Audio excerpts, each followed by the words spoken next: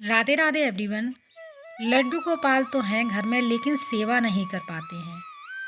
क्या लड्डू गोपाल को बाकी भगवान की तरह मंदिर में रख सकते हैं? और लड्डू गोपाल जी की सेवा तो सभी करते हैं, लेकिन कुछ लोग शौक शौक में लड्डू गोपाल जी को अपने घर ले आते हैं लेकिन सेवा नहीं कर पाते हैं। कुछ लोगों का मेरे पास कमेंट आया है कि हम वर्किंग हैं या फिर हमारी उम्र कम है, तो हम लड्डू गोपाल की सेवा कैसे करें। आज मैं आपको आपके ही शब्दों में बहुत ही इजी तरीके से आपको बताऊंगी कि लड्डू गोपाल की सेवा हमें किस प्रकार करनी चाहिए और किस प्रकार करने से हमें दोष नहीं लगता है।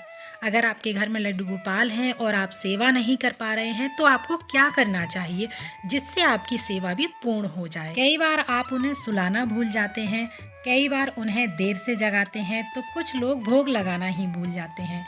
इस प्रकार की सेवा से भगवान रुष्ट तो नहीं हो जाएंगे। हमें क्या करना चाहिए? हमें उन्हें मंदिर में दे देना चाहिए, तो हमारे घर में किसी प्रकार का दोष तो नहीं लगेगा। पहले तो लड्डू गोपाल जी जिस घर में प्रवेश करते हैं वो उन्हीं का घर हो जाता है। ये ना सोचें कि आप उन्हें लेकर आए हैं। लड्डू गोपाल ने खुद आपको और आपके घर को चुना है। सबसे पहले तो आपको ये बात समझनी ज़रूरी है। आप काफ़ी समय से सोच रहे होंगे हमें लड्डू गोपाल की सेवा लेनी है, लड्डू गोपाल अपने घर लेकर आने हैं, लेकिन आप नहीं लेके आ पा रहे थे।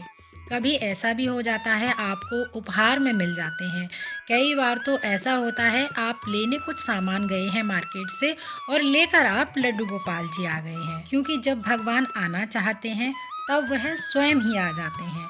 बहुत से लोगों का ये मानना है लड्डू गोपाल की सेवा में बहुत तामझाम करने होते हैं। केवल और केवल आपके मन का भाव सच्चा होना चाहिए। ये सोचें आपके घर एक नन्हा बालक आया है तो आपके लड्डू गोपाल की सेवा में कोई नियम नहीं लगेगा। जिस प्रकार एक छोटे बच्चे का ख्याल रखा जाता है, समय समय पर स्नान कराया जाता है, समय समय पर उसको भोजन कराया जाता है, समय पर सुलाया जाता है, ठीक इसी प्रकार आप लड्डू गोपाल की सेवा भी कर सकते हैं। ये विचार जो है मन में आता है, तो इस विचार का क्या उपाय है, चलिए जानते हैं। तो हम इस बात को कथा के माध्यम से जानेंगे। तो अगर हम सेवा में किसी प्रकार की भूल कर रहे हैं तो क्या भगवान नाराज तो नहीं हो जाते हैं? तो इस कथा को आपके साथ शेयर करती हूँ। एक समय की बात है, नारद जी भ्रमण करते करते हरि का नाम जपते हुए बैकुंठ लोक में पहुँचते हैं और वहाँ जाकर विष्णु जी को नमन करते हैं और श्री हरि विष्णु जी से ये प्रश्न करते हैं कि मुझे ये बताइए, सारे संसार में आपका सबसे बड़ा भक्त कौन है? विष्णु भगवान उत्तर देते हैं, इस समय एक किसान है जो पृथ्वी पर रहता है और मेरा बहुत बड़ा भक्त है। नारद जी ये सुनकर हताश और निराश हो जाते हैं और श्री हरि विष्णु जी नारद जी से कहते हैं, उस किसान की दिनचर्या देख कर आओ। अब श्री हरि विष्णु का आदेश है तो जाना तो पड़ेगा ही। नारद जी पृथ्वी लोक जाते हैं और किसान की दिनचर्या, सुबह उठता है किसान और स्नान करके श्री हरि विष्णु की फ़ोटो के आगे नमन करता है, पूजा अर्चना करता है। जो कि श्री हरि विष्णु की फ़ोटो है बहुत ही धुंधली है, और भोजन करके अपने खेतों पर चला जाता है। जब शाम होती है तो वापस आता है, फिर से भोजन करता है और भोजन करने से पहले श्री हरि विष्णु को याद करता है। उसके बाद में जब रात हो जाती है सो जाता है और सोने से पहले श्री हरि विष्णु को फिर से एक बार याद करता है। यही उसकी दिनचर्या होती है। अगला दिन आता है तो नारद जी कहते हैं, शायद ये आज पूजा अर्चना करना भूल गया है, मैं अगले दिन फिर से रुक करके इसकी दिनचर्या देखता हूँ। नारद जी अगले दिन रुकते हैं और उस किसान की फिर से दिनचर्या देखते हैं। किसान उठता है और स्नान करने के बाद में श्री हरि विष्णु की तस्वीर के आगे पूजा अर्चना करता है और फिर खेत पर चला जाता है। खेत से आने के बाद में भोजन करता है। भोजन करने से पहले अपने प्रभु यानी श्री हरि विष्णु को याद करता है और जब शाम होती है तो सोने से पहले फिर से प्रभु को याद करता है और सो जाता है। तो नारद जी कहते हैं, इसकी तो यही दिनचर्या है, लगता है मुझे आज ये फिर से भूल गया है, एक दिन और रुकता हूँ।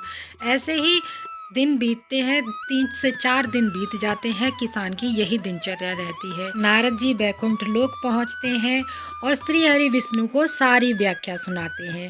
श्री हरि विष्णु को बताते हैं उस किसान की तो बस यही दिनचर्या है। सुबह उठता है, स्नान करता है, पूजा करता है, भोजन करता है और खेत पर जाता है। खेत से वापस आने के बाद फिर से भोजन करता है, तब आपको याद करता है और सोता है, उससे पहले आपको याद करता है।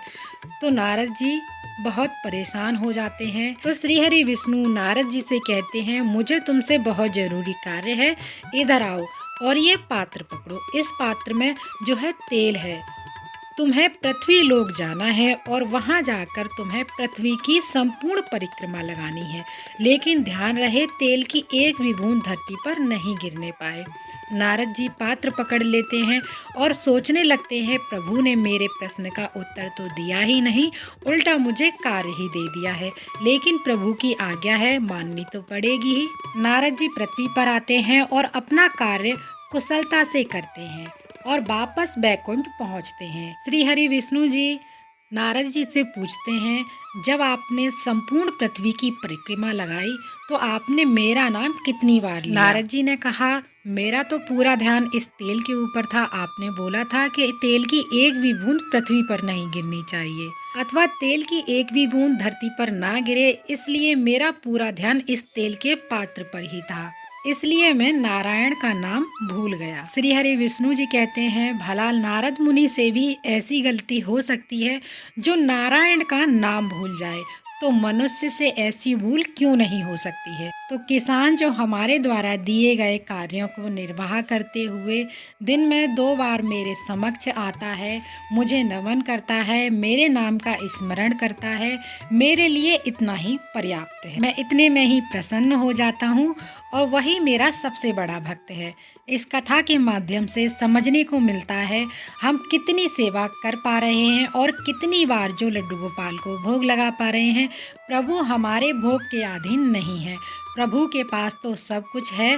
तो हमें इस प्रकार के विचार बिल्कुल भी अपने मन में नहीं लाने चाहिए, लेकिन हमें ये भी नहीं करना चाहिए हम शौक में लड्डू गोपाल तो घर ले आते हैं, वो भगवान श्री कृष्ण की इच्छा थी इसलिए वो अपने घर आए हैं। हम कौन होते हैं जो हम मंदिर में जाकर रख आए? लड्डू गोपाल अपने घर में आए हैं और बस अब हम तो उनके घर के किराएदार हैं। भला मकान मालिक तो भी कोई घर से निकाल सकता है। इस प्रकार के विचार आपको बिल्कुल भी अपने मन में नहीं लाने हैं। अब लड्डू गोपाल आ ही गए हैं तो क्यों ना उनकी भाव से सेवा की जाए, जितनी हो सके आप उतनी उनकी भाव से सेवा कीजिएगा। और लड्डू गोपाल को सब पता है कि किससे हमें किस प्रकार और कितनी सेवा लेनी है। आशा करती हूँ आज की वीडियो में आप सभी को सभी के सवालों के जवाब मिल चुके होंगे और जितना भी हो सके आप उतनी सेवा कीजिएगा। आपके घर में लड्डू गोपाल हैं, ज़्यादा ना कर पाएँ, जितनी कर पाएँ आप उतनी सेवा कीजिएगा। धीरे धीरे अपने रूटीन को चेंज कीजिएगा। सुबह मॉर्निंग में जल्दी उठाएंगे और सेवा अधिक कर पाएंगे। तो मेरा कहने का तात्पर्य यही है कि लड्डू गोपाल आपसे जितनी सेवा लेना चाहेंगे वो हर प्रकार में लेकर ही रहेंगे। और लड्डू गोपाल से जुड़ा अगर आपका कोई प्रश्न है तो आप पूछ सकते हैं वीडियो के थ्रू या फिर मैं कमेंट के थ्रू आपको रिप्लाई देने की कोशिश करूंगी। और साथ ही चैनल को सब्सक्राइब करना ना भूलिएगा और वीडियो को लाइक ज़रूर कीजिएगा। आपका एक लाइक मुझे मोटिवेट करता है अगली और वीडियोज़ बनाने के लिए। फिर मिलते हैं अगली किसी और वीडियो में, तब तक के लिए आप सभी को राधे राधे।